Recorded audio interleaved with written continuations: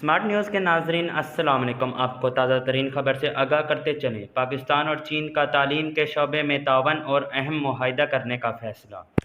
پاکستان اور چین نے تعلقات مزید مضبوط کرتے ہوئے تعلیم کے شعبے میں تعاون کا اہم معاہدہ کر لیا۔ ARY نیوز کے مطابق ذرائع کا بتانا ہے کہ پاکستان میں نیشنل ڈیفنس یونیورسٹی اور چین کی گریٹ یونیورسٹی ٹیوشن میں تعاون کا اہم معاہدہ ہو گیا، جس کے لیے وفاقی کابینہ نے اکیڈمک کوآپریشن معاہدے پر دستخط کرنے کی منظوری دے دی۔